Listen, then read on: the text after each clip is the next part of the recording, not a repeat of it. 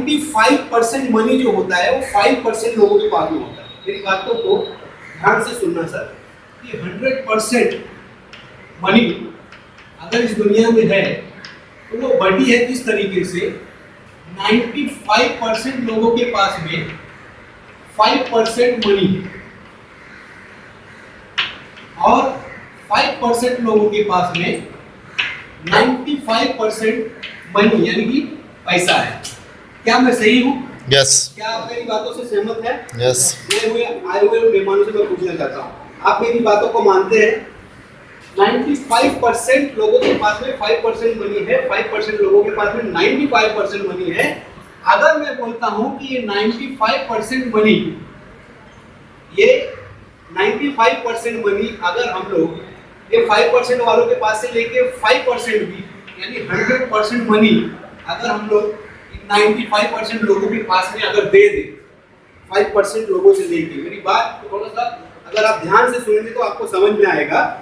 ये 100% money in 95% लोगों में बांट दिया जाए, इन 5% लोगों से भी लेके, तो वापस ये 95% मनी इन 5% लोगों के पास में आ जाएगा। क्या मैं सही हूँ? यस। क्योंकि 95% लोगों को 5% लोग रूल कर रहे हैं। ये दुनिया की सच्चाई है, ये दुनिया की हकीकत है और ये विविधता और ये विरोधाभास आप लोगों को भी नजर में आता होगा, है ना? तो आज की स्थिति देखिए ये है कि इनवाइट किया गया है 100% लोगों को, है ना? लेकिन आए कितने लोग हैं? 5% लोग हैं। ये 5% लोग, आप जो लोग आए हो एटलीस्ट इन 5% लोगों में से हो। तो मैं चाहूंगा कि एक बार आप लोग अपने सम्मान के लिए जोरदार तालियां बजाएं, क्योंकि आप उन लोगों में से हो जो अपने लाइफ को बदलना चाहते हो, अपनी जिंदगी को बदलना चाहते हो, किसी ऐसे मौके की तलाश में हो, किसी ऐसे टूल्स की, किसी ऐसे हथियार की तलाश में हो जो आपके जीवन में क्रांतिकारी परिणाम पैदा कर दे। इसके पहले भी आप लोग बहुत सारे मीटिंग में गए होंगे, बहुत सारा क्राउड रहा होगा, कोई मेरे जैसा ही बंदा आके टाई लगा के खड़ा होके आप लोगों के बीच में कुछ बोला होगा। ऐसा आप लोगों के साथ में हुआ है पहले भी, है ना? तो आप लोगों के दिमाग में ये बात आना जाहिर सी बात है, सहज है कि आप लोगों के दिमाग में बात आया होगा कि अरे यार फिर से वही। तो दोस्तों मेरा ऐसा मानना है कि इस दुनिया में जो कुछ भी होता है सब ईश्वर की मर्जी से होता है। आप उसे जो नाम दे दे, गॉड कहे, अल्लाह कहे, जो कुछ भी कहे, इस दुनिया में जो कुछ भी होता है ईश्वर की मर्जी से होता है। यहाँ पर आप अगर आए हो तो ईश्वर की मर्जी से आए हो। क्या मैं सही हूँ? Yes. आप इस बात को मानते हो? अगर आप यहाँ ईश्वर की मर्जी से आए हो, अगर आप यहाँ पर ईश्वर की मर्जी से आए हो मेरे दोस्त, तो मैं कहता हूँ आपके जीवन में कोई टर्निंग पॉइंट आए, इसलिए आपको ईश्वर ने एक मौका दिया है। उस मौके को आप छोड़ने से पहले उसके ऊपर 1000 बार सोचना, 1000 बार आप सोचना। कहते हैं दुनिया के महान फाइटर ब्रूस ली ने कहा है कि मुझे 1000 फाइट से डर नहीं लगता। दुनिया का सबसे महान फाइटर, यहाँ पे ऐसा कोई बैठा है जो ब्रूस ली को ना जानता, शायद कोई नहीं, है ना?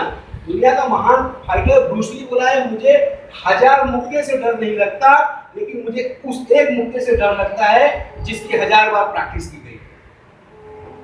दुनिया के महान फाइटर ब्रूस ली ने कहा है कि मुझे 1000 फाइट से डर नहीं लगता, लेकिन मुझे उस एक फाइट से डर लगता है जिसका प्रैक्टिस आपने 1000 बार किया हो। तो कहने का मतलब मेरे ये है कि आप यहाँ से जाने के बाद में विश्लेषण करना कि आपको अगर इसके पहले कोई मौका मिला था और आपको आज कोई मौका मिल रहा है, इस मौके में और उस मौके में क्या फर्क है। और देखो ईश्वर की ऐसी मर्जी है, ईश्वर ने आपको विश्लेषण करने का भी मौका दिया। इसके पहले आपको चॉइस करने का मौका दिया था, आज आपको ईश्वर ने फिर से विश्लेषण करने का मौका दिया है।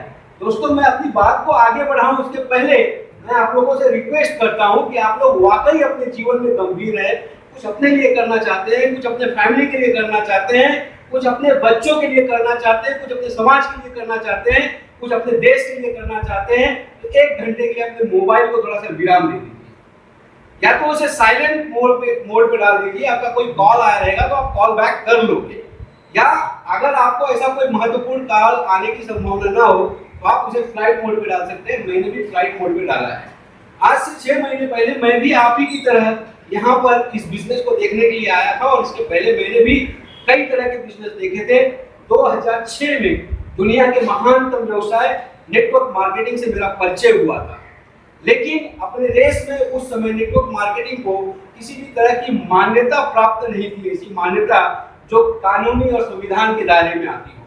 2016 में नेटवर्क मार्केटिंग को भारतीय राजपत्र में शामिल किया गया और उसे कानूनी दायरे में लाकर बिठा दिया गया, क्योंकि भारत के भूतपूर्व राष्ट्रपति डॉक्टर एपीजे अब्दुल कलाम ने कहा था कि 21वीं सदी का में अगर कोई भारत को ज्यादा से ज्यादा करोड़पति दे सकता है तो वो नेटवर्क मार्केटिंग का ही व्यवसाय है। और भारत सरकार इस बारे में सोचने के लिए मजबूर हो गई और उन्होंने नेटवर्क मार्केटिंग को दोस्तों लीगलाइज किया। नेटवर्क मार्केटिंग के बारे में कुछ बातें मैं आपको बताऊंगा, आप लोग उसको गूगल करना अगर मैं झूठ बोल रहा हूं तो। नेटवर्क मार्केटिंग के बारे में कुछ बातें मैं आपको बताऊंगा, आप उसके ऊपर गूगल करना अगर मैं झूठ बोल रहा हूं तो। नेटवर्क मार्केटिंग के बारे में दुनिया के रिचेस्ट पर्सन बिल गेट्स ने कहा है, जिनके पास में इतनी संपत्ति है, बिल गेट्स के पास में बिल गेट्स के बारे में कौन कौन जाता है, हाथ ऊपर कीजिए। बिल गेट्स के पास में इतनी संपत्ति है कि 3 करोड़ रुपया लगभग वो रोज अगर खर्चा करे तो 265 साल तक वो खर्च कर सकता है। 3 करोड़ रुपया अगर वो पर डे खर्च करे, कमाई नहीं, कुछ भी उसको अर्निंग ना हो, 3 करोड़ रुपया अगर वो रोज खर्चा करे तो 265 साल तक खर्चा कर सकता है। उस व्यक्ति ने नेटवर्क मार्केटिंग के बारे में कहा है कि अगर मेरा सारा धन दौलत खत्म हो जाए, सारी संपत्ति खत्म हो जाए और मुझे कोई और व्यवसाय करने के लिए कहा जाए तो मैं नेटवर्क मार्केटिंग चुनूंगा। अमेरिका के राष्ट्रपति, इस समय के राष्ट्रपति, वर्तमान राष्ट्रपति डोनाल्ड ट्रंप नेटवर्क मार्केटिंग की देन है। उनकी अमेरिका जैसे विकासशील देश में नेटवर्क मार्केटिंग कंपनी। दुनिया के सबसे बड़े इन्वेस्टर वॉरेन बफेट के बारे में आप लोगों ने सुना होगा। दोस्तों, जो लोग जागरूक हैं उन लोगों को पता है वॉरेन बफेट की दुनिया के सबसे बड़ी 3 नेटवर्क मार्केटिंग कंपनियों में बहुत बड़ी इन्वेस्टमेंट है। वो लोग बेवकूफ नहीं है, मैं जिनके बारे में बोल रहा हूं, क्या वो बेवकूफ है? आपको लगता है बिल गेट्स बेवकूफ होगा, डोनाल्ड ट्रंप बेवकूफ होगा, वॉरेन बफेट बेवकूफ होगा?